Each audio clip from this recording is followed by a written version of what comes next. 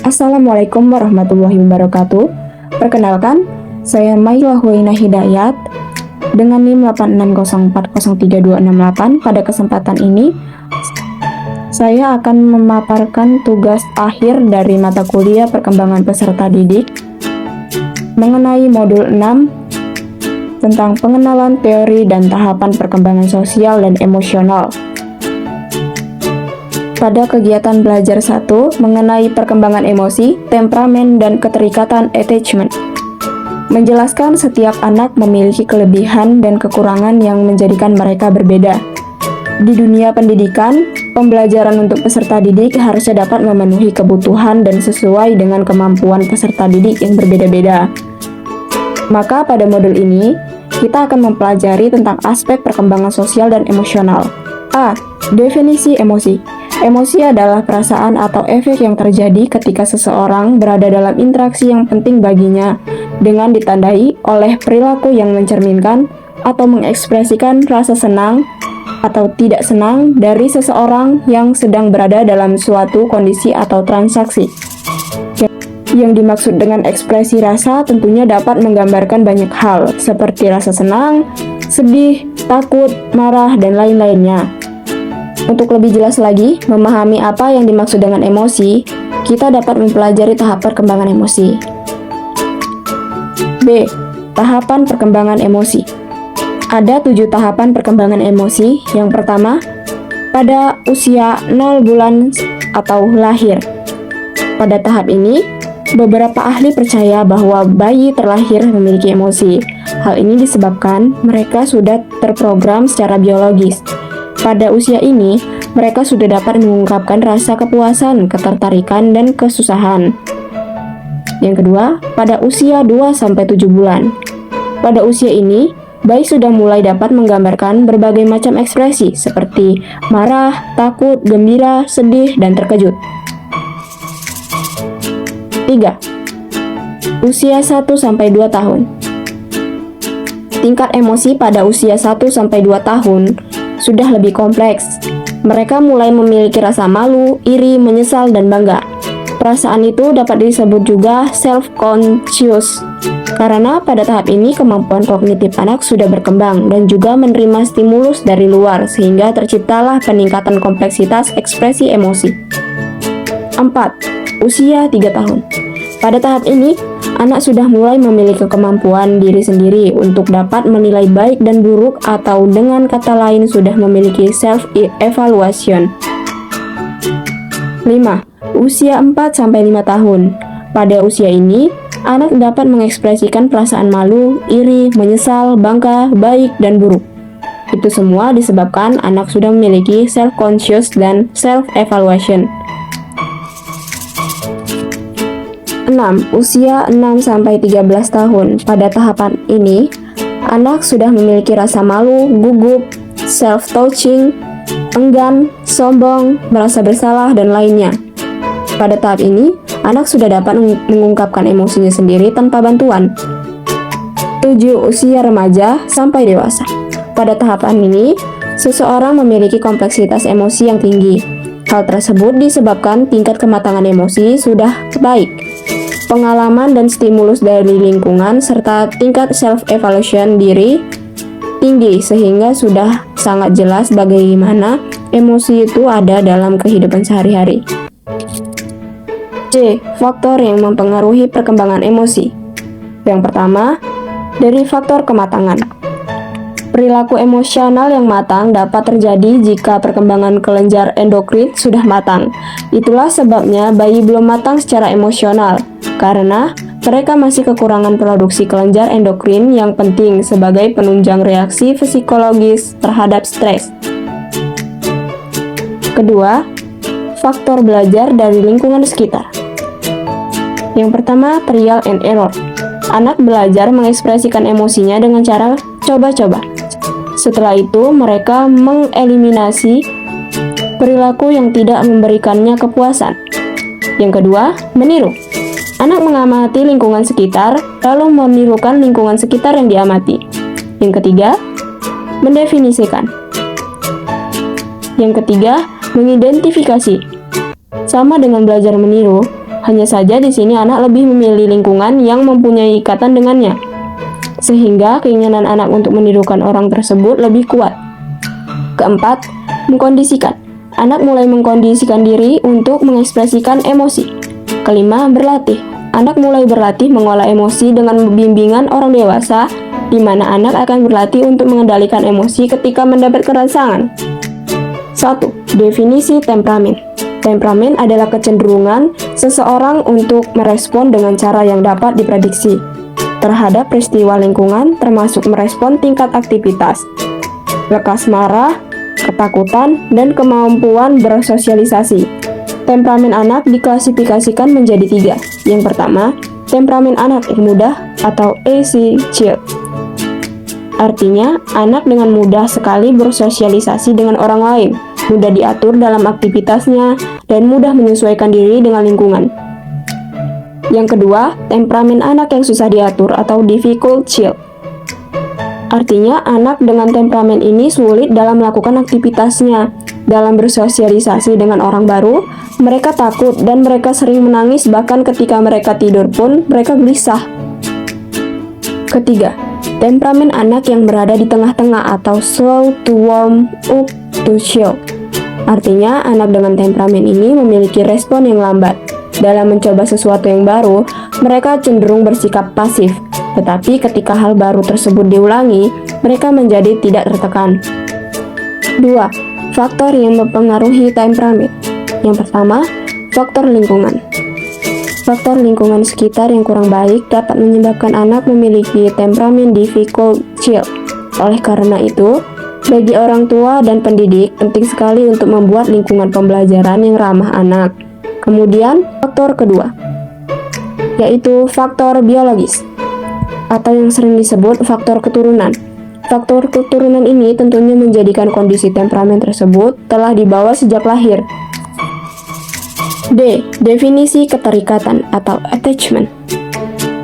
Keterikatan atau attachment adalah ikatan kuat abadi dan kasih sayang yang dibandingkan oleh seorang anak terhadap orang yang signifikan dekat dengannya. Biasanya seorang ibu atau orang yang mengerti dan dapat memenuhi kebutuhan sang anak.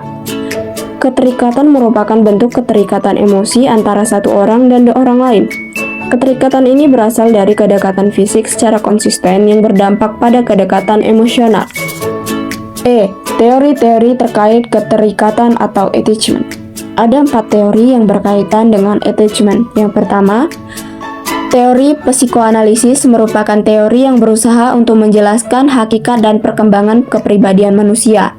Unsur-unsur yang diutamakan dalam teori ini adalah motivasi, emosi, dan aspek-aspek internal lainnya. Teori ini mengasumsikan bahwa kepribadian berkembang ketika terjadi konflik-konflik dari aspek-aspek psikologi tersebut yang pada umumnya terjadi pada anak-anak atau usia dini. Teori ini dikembangkan oleh Sigmund Freud. 2. Teori belajar. Beberapa teori belajar mengasumsikan bahwa seorang bayi akan memiliki keterikatan terhadap orang yang memberi makan dan juga memenuhi kebutuhan mereka. Oleh karena itu, pemberian makan pada seorang bayi itu sangat penting disebabkan 2 alasan. Alasan pertama, karena melalui proses tersebut terjadi kontak antara ibu atau siapapun dengan bayi yang menyebabkan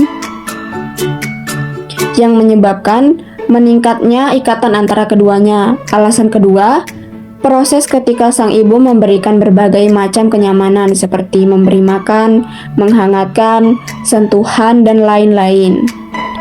Teori perkembangan kognitif ini mengingatkan kepada kita semua bahwa terjadinya sebuah keterikatan juga bergantung pada tingkat kemampuan perkembangan kognitif yang dimiliki seorang anak. Sebelum terjadinya sebuah keterikatan, sang anak perlu meyakini terlebih dahulu bahwa hubungannya dengan seseorang yang dekat dengannya seperti ibu atau pengasuh pertama lainnya adalah hubungan yang kuat. Sehingga, baik ketika ibu maupun pengasuh pertamanya tak terlihat, tetap saja mereka memiliki hubungan yang kuat. 4. Teori etologikal. Istilah etologi diturunkan dari bahasa Yunani, yaitu ethos, yang artinya kebiasaan. Etologi juga dikenal dengan istilah sosiobiologi. yaitu bidang studi ilmiah yang didasarkan pada asumsi bahwa perilaku sosial telah dihasilkan dari evaluasi dan upaya untuk menjelaskan dan memeriksa perilaku sosial dalam konteks tersebut. Teori ini sering juga dianggap sebagai gabungan biologi dan sosiologi. Teori ini sering juga dianggap sebagai gabungan biologi dan sosiologi ketika sosiobiologi sangat erat bersekutu dengan bidang perilaku manusia dan psikologi evolusioner. F. Fase perkembangan keterikatan attachment. Ada 4 fase yang berkaitan dengan perkembangan keterikatan attachment. Yang pertama, usia 0-2 bulan.